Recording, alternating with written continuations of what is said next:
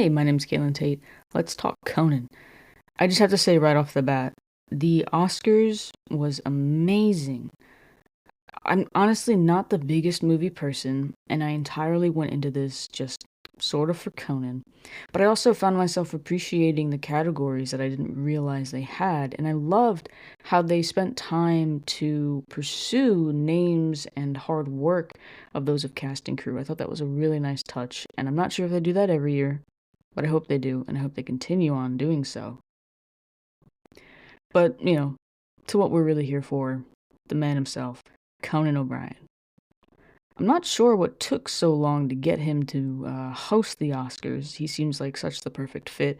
His style of humor being that of self deprecation, but not in a way that feels toxic, more so feels inviting, which is a really weird dynamic that not a lot of people can pull off. You'll notice in his jokes, he's never really hurting himself. He's just kind of saying, hey, take a swing at me. I know you're not going to hit. And it's a talent that not a lot of comedians have. And honestly, it is the perfect sense of humor for something like the Oscars. It allows the crowd to laugh with you, never at you, which again is something Conan has just mastered in years of late night television, I suppose. Um, Also, the way that he includes politics without being intentionally direct is what I'm going to say, but I don't feel like that's entirely accurate. He knows what he's saying and he knows what he's doing. The jabs with Russia being our rulers and all of that, that's very intentional. But it's not too intense to where it kind of spoils it and drags you back into reality. I think as a host, Conan did a great job separating us from reality and really putting us into the space of the Oscars. The next 3.5, 4 hours is about movies, and we don't have to worry about what's going on in politics. We don't have to worry about what's going on next door. We can just sit at our screens and just tune out the world for a little bit. And I think he really, really did a good job keeping us all grounded in that space. There was a bingo going around. The one I was a part of did not hit. I will never understand how he didn't do an evil laugh. I will also mention on that bingo we had a long leg walk, which he did do at the beginning if you paid attention, but we didn't hit it, and I seriously don't know how. Obviously, none of the bits that everybody a part of the Conan world knows would be a part of it. I saw some people saying that they wanted to see Sona or Matt or, Dr. Royo or Triumph. And it's all these things that are just, they're great.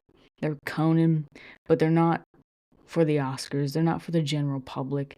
Um, but he's such a physical person that I was almost certain he would do the evil laugh. I should have petitioned harder for self clapping. He is known for the self clap. Gotta love it for him though. Also, I believe this was on the bingo. I'm not entirely certain, but I did have a dream about it. So last night around like 3 a.m. I woke up and genuinely I woke up in a cold sweat, and I just remember these vague elements. So basically, it was like a bright stage. It was yellow. It was Conan, and he had a bunch of vague figures around him, and he had a cane in his hand. Now the cane was like one of those old magician ones. It was black and white, and he had a top hat on. And he started doing like a burlesque musical style show. And so I woke up at like 3 a.m., cold sweat, and I just started panting like, oh my god, that was a premonition. Conan is doing a musical element to this. I have to spread the word. I have to get this on a bingo.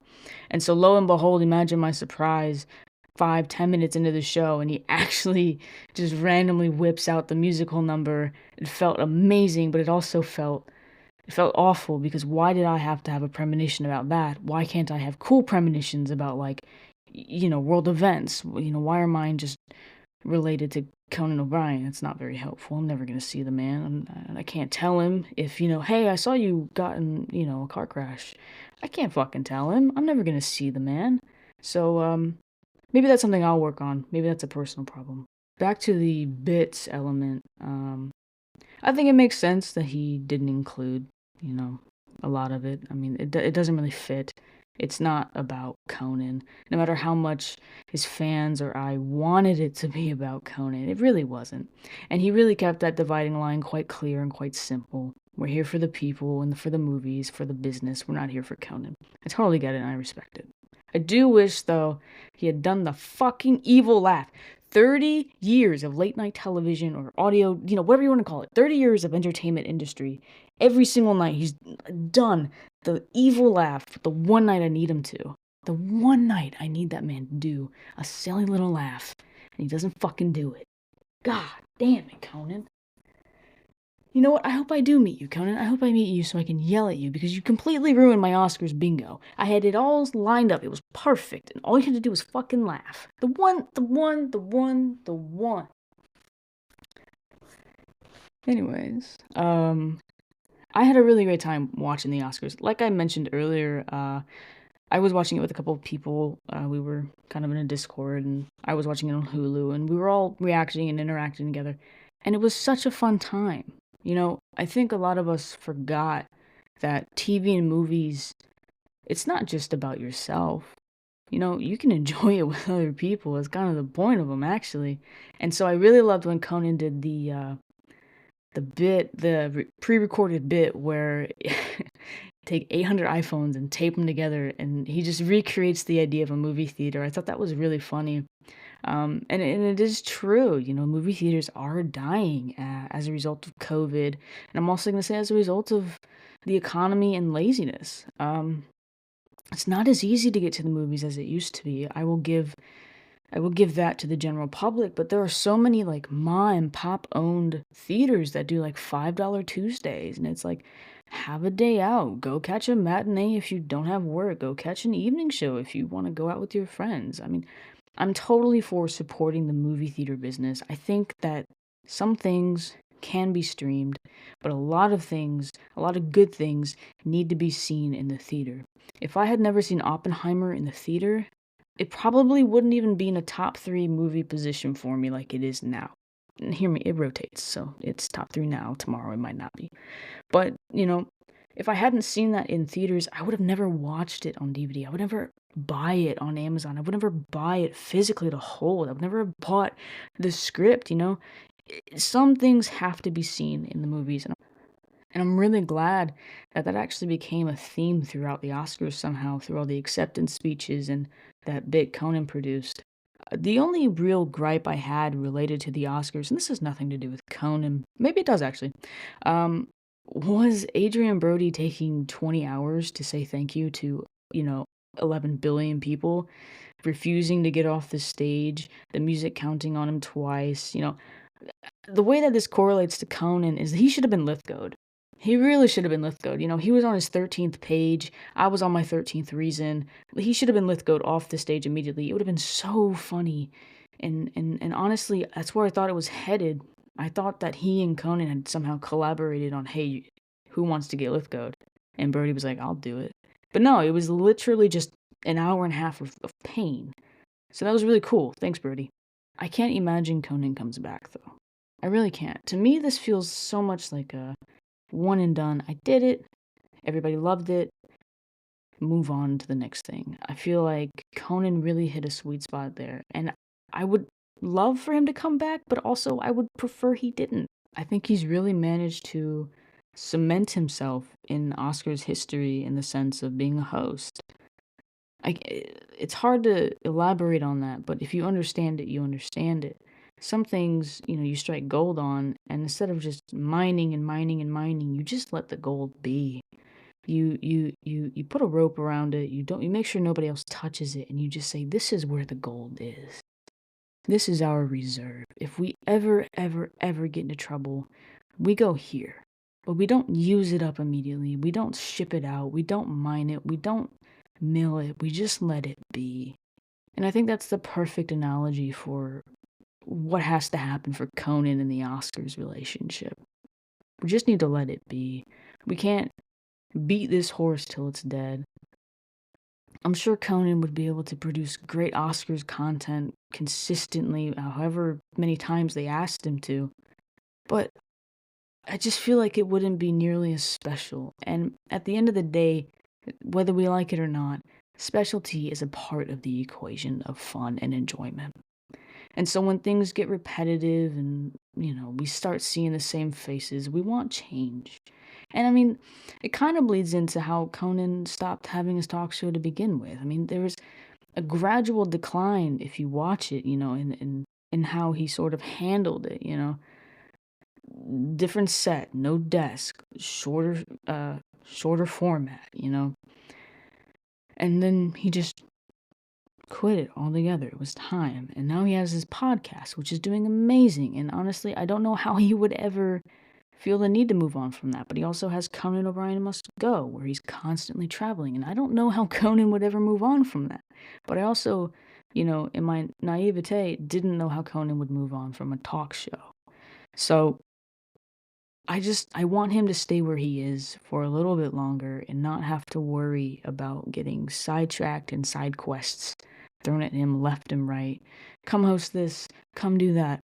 I'm so happy for him that he's gaining so much more momentum in the zeitgeist. I think for some reason he comes in waves.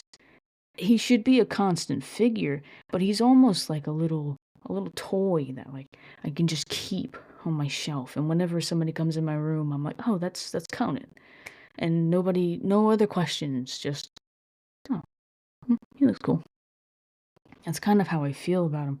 But I know that's very selfish, and I want him to be super successful in every endeavor he wishes, which is why, you know, hearing him hosting the Oscars to begin with was just amazing. That itself is an opportunity to watch him in a similar light, but a completely different vein.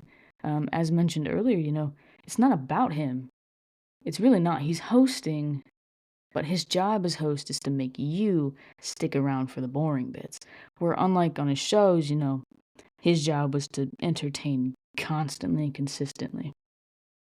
I also want to give a huge shout out to the writers that Conan hired and employed. I think they did a fantastic job bringing back this sense of edginess without like harm, right? It was edgy, but it wasn't sharp.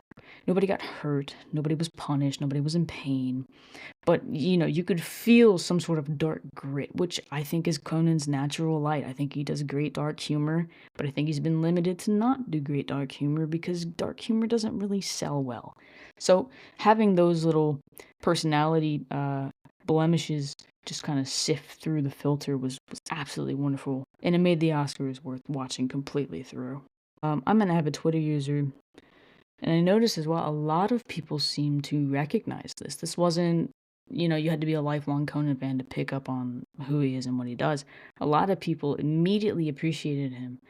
And I love that for him because his sense of humor, I think about how he probably felt in the 90s of just constantly being left, right, up, down, doesn't know what's happening and it's not his fault. It's just that nobody's grasping it at the moment. But it seems that, his struggle in that, I mentioned it earlier, like he whether he likes it or not, whether he can care about it or not, he is a sort of grand slash father figure of comedy, and he's helped to form it into what it is now. So I really think that his past in the 90s through early 2000s basically cemented his success, which is such a like duh thing to say, but in the world of comedy that's not always the case, and comedy changes, and I mean that's what this podcast is about. But it seems that Conan was just like so ahead of the times. But he also was able to mix in some elements, and we'll get to this in a future episode, that didn't age too well. But overall, the tone and the style of his humor has just transcended, and I think it's gonna stay. I don't see just his style ever leaving the zeitgeist of comedy. I really don't. I also want to give just a massive props to Conan, knowing that he's had to deal with the loss of both of his parents, the the potential loss of his house in the LA fires, having to help Sona through those times, and anyone else he knows who was affected by the fires, living in a hotel, trying to piece together, one of the biggest ceremonies in television. I mean, it's just a massive kudos to the man. to be going through so much and to just still, at the end of the day, all he wants to do is put a smile on everyone's face. Not only do I think he was built for this lifestyle, but I truly believe he built this lifestyle around him, picking up bits and pieces wherever he could and welding them together with hard work and kindness. I was going through some of my old documents trying to locate something completely irrelevant, but I came across a few things that just reminded me of who I was in my youth and how much Conan does mean to me. It's almost impossible to express and explain it. The hard work that he is constantly putting in and the kindness that he's constantly spreading. I mean, it's something to live by. I don't often say the words like hero or he's up on my pedestal to celebrities because I don't believe in parasocial relationships. I don't believe in placing anybody above somebody else. I see everybody as equals. Mistakes made are mistakes made. But for some reason, when it comes to Conan, he is up on a pedestal. He truly is. The day the news breaks that Conan has done XYZ and it shatters my heart, whether that's passing or, something comes out, I don't know where I'm gonna be. I really don't know where I'm gonna be and who I'm gonna become if something so devastating were to come out. Naturally, I would never hope or pray, for such negativity. God bless him and his family every day and every night. They're wonderful people from what I've heard. I can't confirm or deny it personally, but again, it's that parasocial element that I don't subscribe to. It's just, I've heard good things and I believe in them and I believe in him. And he is just a pure role model for me. When I'm down on myself, when I need a kick in my ass, I just think of him and I get back to work. And I'm sure we all struggle with that sort of sadness that rots people to the core. But I hope, and I genuinely hope to anybody listening, that he is able to remedy that in the way that he remedies it for me. I'll never forget finding Conan. I'm quite young. I have a lot of life to live and to learn. But even so, at such a young age, I I found him and I realized that I needed him. I had been living previously by this quote, be who you needed when you were younger. Who I needed was Conan O'Brien. And in many ways, he's raised me. He's raised me to be a hard worker. He's raised me to keep my head down and do the job and to have fun and to be silly when you can. He's raised me to be an asshole that is completely lovable and harmless. He's instilled into me a moral compass that nobody else in my life seems to have.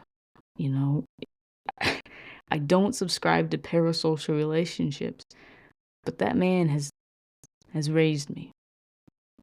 His personality has raised me, and I'm almost terrified to ever meet him because of it.